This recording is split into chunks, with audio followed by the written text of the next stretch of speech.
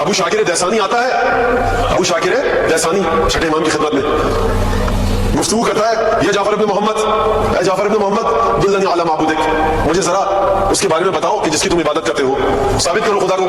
اب بھائی دیکھیے, اگر یہ ہستی نہ ہوتی خانوادہ رسالت سے, کہتی ارے تجھے خدا کے وجود کا نہیں پتا, کافر ہو گیا, نجس, باہر نکل جا. لیکن یہ ہے وارث علم نبی, اس کی ذمہ داری یہ ہے کہ انسان کو کفر کی گہرائیوں سے نکال کر اسلام اور ایمان کے اوج تک پہنچائے. اس کی ذمہ داری یہ ہے کہ انسانی حیات کو انحطاط سے نکال کر ارتقاء تک پہنچائے. تو جس کی ذمہ داری ارتقاء تک پہنچانا ہوتی ہے نا, وہ ٹھپے لگاتا نہیں پھرتا ہے, دلیل کے ذریعے گفتگو کرتا ہے. کہا کہ اچھا ٹھیک ہے, اچھا تم چاہتے ہو کہ خدا تک تمہاری رہنمائی کروں, صحیح. اب دیکھیے کتنی سادی لیکن کتنی مشکل بات کی, سہل ممتنع, کتنی سادی اور کتنی مشکل بات کی. سرکار امام جعفر صادق علیہ السلام, بچہ گھر کے صحن میں جا رہا تھا, بچے کے ہاتھ میں انڈا تھا. کہا کہ یا غلام ناول البیضہ, یہ انڈا ذرا مجھے دینا. سرکار نے فرمایا, مولانا نے, بچے نے انڈا دیا. کہا کہ ترا حاضر البیضہ, انڈے کو دیکھ رہے ہو اے ابو شاکر دیسانی؟ کہا کہ جی دیکھ رہا ہوں. کہا کہ دیکھو, دیکھ رہے ہو کہ اس انڈے میں, اس انڈے کے اوپر جلد غلیظ, ایک سخت چھلکا ہے, دیکھ رہے ہو؟ کہا کہ مولا دیکھ رہا ہوں. وتحت الجلد الغلیظ جلد رقیق, ایک اس چھلکے کے نیچے ایک پتلی سی جھلی ہے, اسے بھی تمہیں پتا ہے نا وہ ہے, دیکھ تو نہیں رہے ہو لیکن جانتے ہو نا انڈے کے چھلکے کے نیچے ایک پتلی سی جھلی ہوتی ہے, ایک ممبرین ہوتی ہے. کہا کہ مولا ہاں جانتا ہوں. کہا فرمایا پھر مولا نے وتحت الجلد الرقیق, اور اس چھلکے کے نیچے, اس پتلی سی جھلی کے نیچے کیا ہے؟ ذهب سائلہ, ایک چاندی ہے, ایک سونا ہے بہتا ہوا, اور چاندی ہے بہتی ہوئی. مانتے ہو؟ کہا کہ ہاں زردی اور سفیدی کی بات کر رہے ہیں آپ, میں مانتا ہوں, میں جانتا ہوں کہ بہتی ہوئی چاندی بھی ہے اور بہتی ہوئی سفیدی بھی ہے.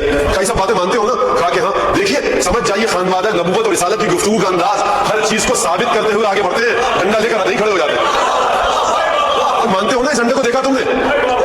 للذهب المائعہ تختلط بالفضة الزائبہ, پگھلی ہوئی چاندی اس پگھلے ہوئے سونے کے ساتھ ملتی نہیں ہے, نہ پگھلا ہوا سونا اس پگھلی ہوئی چاندی کے ساتھ ملتی ہے. زردی اپنے مقام پر ہے, سفیدی اپنے مقام پر ہے. مانتے ہو؟ کہا کہ ہاں مولا مانتا ہوں. کہا کہ اچھا زردی کا رنگ کیا ہے؟ زرد. سفیدی کا رنگ کیا ہے؟ سفید. بھائی مانتے ہو؟ کہا کہ ہاں مانتا ہوں مولا. کہا کہ اچھا تم نے دیکھا ہے اس میں سے یہ ہر پرندہ جو انڈا دیتا ہے, تمام کے تمام پرندوں کے انڈوں میں سفیدی ہوتی ہے اور زردی؟ کہا کہ ہاں مولا. کہا لیکن اس انڈے کے اندر سے جب چوزا اور پرندہ نکلتا ہے تو اس کے پروں کے رنگ مختلف ہوتے ہیں. ایسے پروں کے رنگ ہوتے ہیں کہ جن کی مشابہت نہ زردی سے ہوتی ہے نہ سفیدی سے.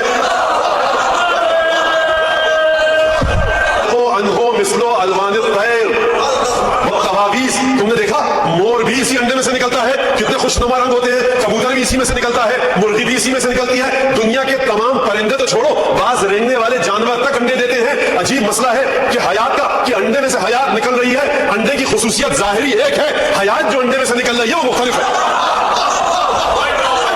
مجھے ذرا یہ بتائیے کہ کس درسگاہ میں, کس یونیورسٹی میں, کس جامعہ میں جا کر چھٹے امام نے علم حاصل کیا؟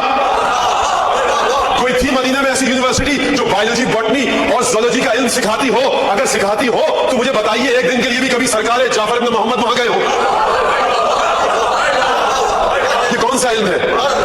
جب مولانا نے یہاں تک گفتگو کر لی تو پھر اس کے بعد مجھ سے ایک سوال پوچھا, اترا لہا مدبرن, کیا تم نے دیکھا ہے کسی تدبیر کرنے والے کو کہ جو انڈوں کا خیال رکھے, اس میں باہر سے مختلف رنگ بھرے تاکہ مختلف رنگوں کے پروں کے ساتھ پرندے نکلے؟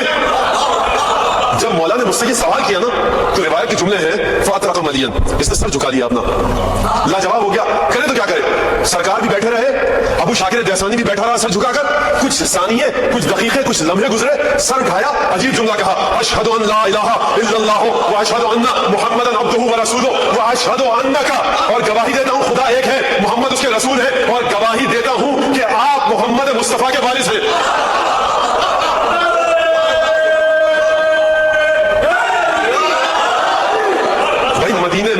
مدینے میں اتنی ساری درسگاہیں تھیں, مدینے میں اتنے سارے درس دینے والے موجود تھے, اس بیچارے ابو شاکر دیسانی کو اتنے معمولی سوال کا جواب نہ مل سکا جو امام کی خدمت میں آیا. تو دیکھیے شاید سوال کا جواب مل جاتا, شاید چلا جاتا تو مل جاتا, لیکن ایٹیٹیوڈ یہ ہو چکا تھا, رجحان یہ ہو چکا تھا. ادھر آپ نے کوئی اعتراض کیا توحید کے بارے میں, ادھر آپ نے کوئی سوال کیا قرآن کے بارے میں, ادھر آپ نے کوئی اعتراض کیا رسالت کے بارے میں, ادھر آپ نے کوئی اعتراض کیا قیامت کے بارے میں. دینی مسئلے میں کسی سلسلے میں آپ نے کوئی اعتراض کیا, اعتراض کرنا وہی اور کفر کا فتویٰ آنا وہی. جانتا تھا کہ یہ دروازہ وہ ہے جو انسان کو کافر نہیں بناتا, مسلمان بنا کر ارتقاء کی منازل طے کرواتا ہے.